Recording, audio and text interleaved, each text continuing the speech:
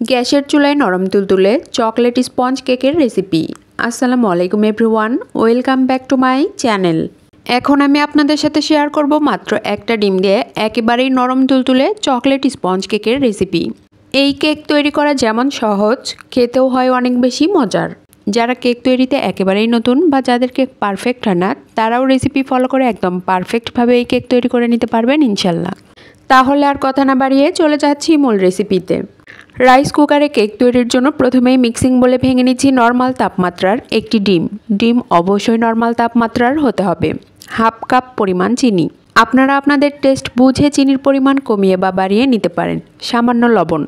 যে কোনো মিষ্টি খাবারে সামান্য লবণ দিলে খাবারের টেস্ট ভালো আসে, তবে যারা পছন্দ করেন না তারা বাদ দিতে পারেন। এবার একটা হ্যান্ড উইক্সের সাহায্যে ডিম চিনি ভালোভাবে মিশিয়ে নিচ্ছি চিনি গলা পর্যন্ত। এই কাজটি একটু সময় নিয়েই করতে হবে আর খেয়াল রাখতে হবে চিনি যেন একেবারেই গলে যায়।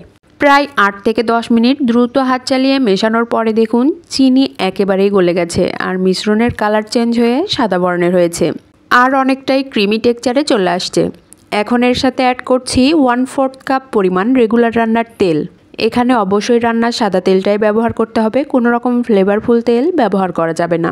হাফ কাপ পরিমাণ জ্বালিয়ে ঘন করা তরল দুধ। ঘন তরল দুধ ব্যবহার করলে কেকের টেস্ট অনেক গুণ বেড়ে যায়। তরল দুধ ব্যবহারের পর হ্যান্ড উইক্সের সাহায্যে সবগুলো ভালোভাবে মিশিয়ে নিচ্ছি। ভালোভাবে মেশানো হয়ে গেলে এবার এর সাথে শুকনো উপকরণগুলো অ্যাড করতে হবে। আর শুকনো উপকরণগুলো অবশ্যই চেলে দিতে হবে। এর জন্য একটা চালনি নিয়েছি। চালনির মধ্যে দিচ্ছি 1 কাপ পরিমাণ আটা। আপনারা চাইলে আটার পরিবর্তে ময়দাও ব্যবহার করতে পারেন। 2 টেবিল চামচ পরিমাণ কোকো পাউডার।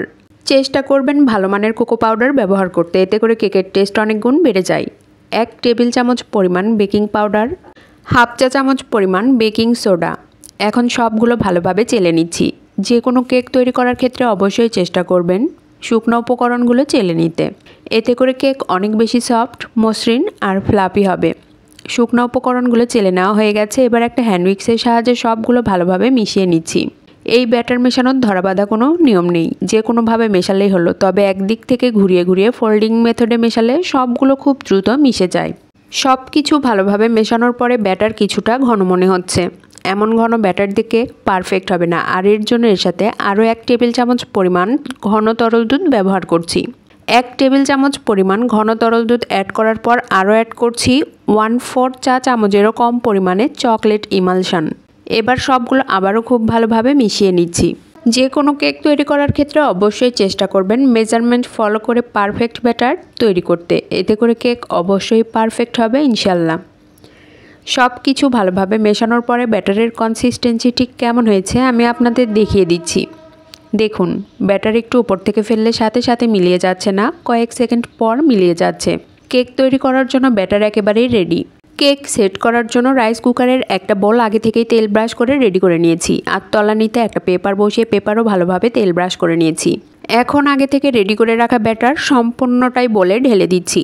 সম্পূর্ণ ব্যাটার ঢেলে দেওয়া হয়ে গেলে বোল 3 থেকে 4 বার হালকা ট্যাপ করে নিচ্ছি, এতে করে এর ভেতরে কোনো এয়ার বাবলস থাকলে ফেটে বেরিয়ে যাবে। কেকের টেস্ট আরও কিছুটা বাড়ানোর জন্য এর উপরে ছড়িয়ে দিচ্ছি বাসায় তৈরি করা চকলেট চিপস। চকলেট চিপসগুলো ছড়িয়ে দেওয়ার পর একটা ঢাকনা দিয়ে ঢেকে রাইস কুকারে বসিয়ে দিচ্ছি। সুইচ চেপে দিয়েছি। আর্ম অপশন থেকে কুকিং অপশনে চলে আসছে। 3 থেকে 4 মিনিট পরে কিন্তু আবারও আর্ম অপশনে চলে গেছিল। এরপর আবারও 10 থেকে 15 মিনিট পর কুকিং অপশনে দিয়েছি। প্রথম 4 মিনিট কুক হয়ে আর্ম অপশনে যাওয়ার পর 15 মিনিট পর পর আরও 2 বার কুকিংয়ে দিয়েছিলাম। এই পুরো সময়টাতেই রাইস কুকারের ঢাকনা একবারও খুলিনি। 45 মিনিট পর ঢাকনা সরিয়ে মাশাল্লাহ দেখুন কেক কত সুন্দরভাবে বেক হয়েছে। ভেতরে পারফেক্টভাবে হয়েছে কিনা একটা কাঠি দিয়ে চেক করে নিচ্ছি। কাঠি একদম ক্লিন আসছে, তার মানে ভেতরেও একদম পারফেক্টভাবে হয়ে গেছে। কেক একেবারেই ঠান্ডা হয়ে গেছে, বোল থেকে ছাড়িয়ে নিচ্ছি। এই কেক দেখতে যতটা সুন্দর, খেতে তার চেয়েও অনেক বেশি মজার। আপনারা পাশে অবশ্যই একবারের জন্য হলেও ট্রাই করবেন। আমার রেসিপির কোথাও যদি আপনাদের একটুও ভালো লেগে থাকে অবশ্যই লাইক, শেয়ার, কমেন্টস করবেন। ইউটিউব চ্যানেল থেকে দেখলে চ্যানেলটি সাবস্ক্রাইব করবেন আর ফেসবুক পেজ থেকে দেখলে পেজটিতে একটা লাইক অথবা ফলো দিয়ে দিবেন। এবার কেক কেটে দেখিয়ে দিচ্ছি কতটা নরম তুলতুলে আর স্পঞ্জি। আশা করি আমার রেসিপি আপনাদের সকলেরই অনেক ভালো লেগেছে।